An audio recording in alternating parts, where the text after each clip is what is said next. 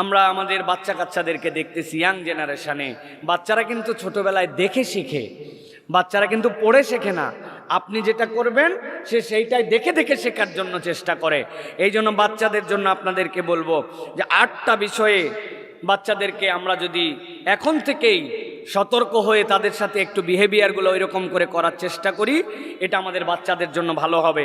1 নম্বরে, নিজেরা আমরা কঠোর হব না। আমাদের কঠোরতা বাচ্চাদের মধ্যে পার হয়ে যায়। বাপ মা মানে গরম, বাপ মা মানে সবসময় গায়ে হাত তোলে, বাপ মা মানে ঝ্যাং করে কথা বলে। বাপ মাকে জানে যে এই বাপ মা হচ্ছে কঠিন বাপ মা। এই কঠোরতা আল্লাহ রাব্বুল আমিন পছন্দ করেন না, এবং এই সন্তানগুলা কঠোর বাপ মাকে দেখে ভালো কিছু শেখে না। বাবা মা কঠোরতার জায়গায় কঠোর হবে, কিন্তু অল ওভার তাদের আচরণটা নম্র হবে। 2 নম্বরে, অন্যকে সাহায্য করতে শেখান। আপনি বাচ্চা কাচ্চাকে সাহায্য করতে শেখান। যেই দানটা আপনি করতেছেন ওইটা বাচ্চার হাত দিয়ে করানোর জন্য চেষ্টা করেন। আপনি বাচ্চার হাতে 20 টাকা দিয়েছেন, দিয়ে বলছেন বাবা এই 10 টাকা কিন্তু তোমার জন্য, আর 10 টাকা তুমি চাইলে এই জায়গায় দান করতে পারো, খয়রাত করতে পারো, এটা তোমার জন্য। এই যে বাচ্চাকে সহযোগিতা করার মেন্টালিটি, একদিন এই বাচ্চা আপনার জন্য কল্যাণের কারণ হবে। সে দেখবে তার বাপের কাছ থেকে যে অন্যের সহযোগিতাটা সে করতে শিখেছে। 3 নম্বরে যেটা বলবো, ভুল স্বীকার এবং ক্ষমা চাইতে শেখান। আমাদের বাচ্চাদেরকে আমরা ভুল চাইতে শিখাই না এবং ক্ষমা চাইতেও শিখাই না। 2 জনের মধ্যে গন্ডগোল, মহিলা বলতেছে আমার বাচ্চা এটা করতেই পারে না, আপনি যতই বলেন, মানে উনার সোল 100তে 100 ঠিক আছে, সব দোষ অন্যের। এই বাচ্চারা একসময় যায় ঘাড়তারা হয়, বেয়াদব হয়, উচ্ছৃঙ্খল হয়। সে দেখছে যে তার বাপ মা তাকে প্রশ্রয় দিয়েছে, এটা বিপদের কারণ হবে। সুতরাং ভুল করছো, স্বীকার করো যে তোমার ভুল হয়েছে, সরি বলো, ক্ষমা চাও। এটা সন্তানদেরকে শেখাতে হবে এখন থেকে। এরপরে যেটা বলবো প্রিয় ভাইরা, সেটা হচ্ছে অহংকারী মনোভাব। এখান থেকে বাচ্চাদেরকে কখনো অহংকারী মনোভাব দিতে দেওয়া যাবে না। আমার বাপের মোটর সাইকেল আছে, আমার বাপের উমুক আছে, আমার বাপের এই আছে। এই যে আমার বাপের আছে, এই আমিত্বটা তার মধ্যে যদি বড় হয়, তাহলে এই সন্তান থেকে আপনি পরবর্তীতে ভালো কিছু আশা করতে পারবেন। অতএব আপনার যা আছে আছে, তাকে কখনো এটার অহমিকা দেখানো যাবে না। অন্যের সাথে তুলনা করে আমি উপরে সে নিচে, এই জিনিসটা বোঝানো যাবে না। আপনার বাচ্চা কোন স্কুলে পড়ে, ও আমার বাচ্চা অমুক ইংলিশ মিডিয়াম পড়ে, অমুক স্কুলে পড়ে, মানে তার একটা ওয়েট, তার একটা ভাব, এই জিনিসটা আমাদের কখনো দেওয়া যাবে না। সন্তান যেন অহংকারী না হয়ে ওঠে, সন্তান যেন মাটির সাথে মিশে বড় হয়, এই বিষয়টা আমাদের খেয়াল করতে হবে। 5 নম্বর, তাকে শিখান অন্যের গুণ খুঁজে বের করো। দোষ তো দেখলেই বলে দিতে পারো, অন্যের গুণ কি আছে খুঁজে বের করো। বাবা আজকে তোমার অমুকের সাথে দেখা হয়েছিল, বলো তো এই লোকের মধ্যে ভালো দিক কি কি আছে।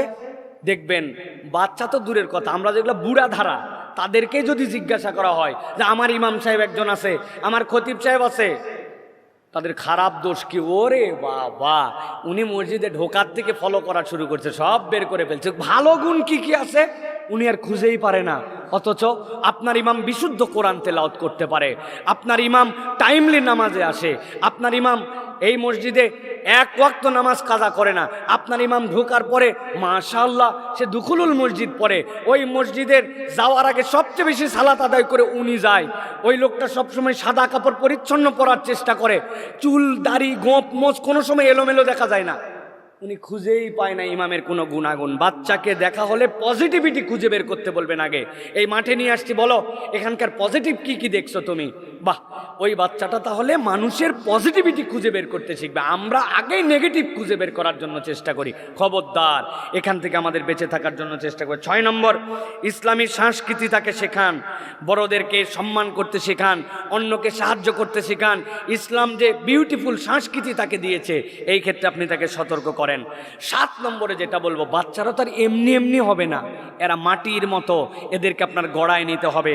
অনুপ্রেরণামূলক গল্প শেখান, নবী রাসূল সাহাবীদের গল্প শেখান।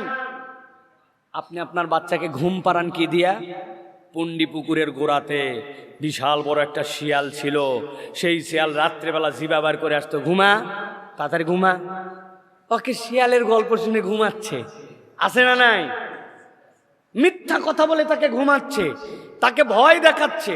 অথচ আপনি একটা সাহাবীর গল্প তাকে শোনান না, মুসাব ইবনে উমাইরের গল্প শোনান না, আপনি তাকে ওমর রাদিয়াল্লাহু তাআলার গল্প শেখান না, আপনি তাকে রাসূলুল্লাহ সাল্লাল্লাহু আলাইহি ওয়াসাল্লামের প্রিয় সাহাবী উমাইরের গল্প তাকে শেখান না।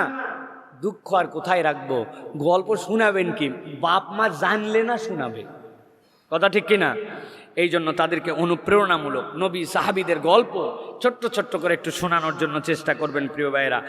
8 নম্বরে সব কিছুতে ধৈর্য ধরতে শিখান এবং অপেক্ষা দেন, তাকে অপেক্ষা। চাইলো আর দিয়ে দিলেন, চাইলো, যাওয়া দেরি, দিতে দেরি নাই, এটা ভালো পিতামাতার লক্ষণ নয়। অভাব শিখান তাকে। এখনকার বাস্তবতায় অভাব নাই, আগেকার মানুষ অভাব জানতো, ঠিক কিনা? তারা বড় হয়েছে ওইভাবে, পেট পুরে একবেলা খাওয়ার, গোস্ত দিয়ে ভাত খাওয়ার, একটা ডিম এক ওয়াক্তে একাই একজনের পাওয়ার, 1 গ্লাস ভর্তি দুধ খাওয়ার পাওয়ার। এই কষ্টটা অনেকের পিতামাতা জানে, কিন্তু সন্তানরা আল্লাহর দয়ায় জানে না। চাইতে দেরি, উনার দেতি দেরি নাই।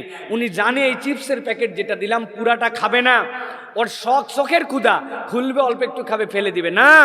আপনি তাকে অপেক্ষা করতে শিখান, আপনি তাকে ধৈর্য ধারণ করতে শিখান। সবর করো, চাইছো, চাওয়ার সাথে সাথে তোমার দিতে হবে, কেন? ধৈর্য ধরো আস্তে আস্তে করে, এবং নিজেদেরও ওই ধৈর্যর প্র্যাকটিস থাকতে হবে। এইটা গেল আমাদের বাচ্চাদের জন্য প্রিয় ভাইরা।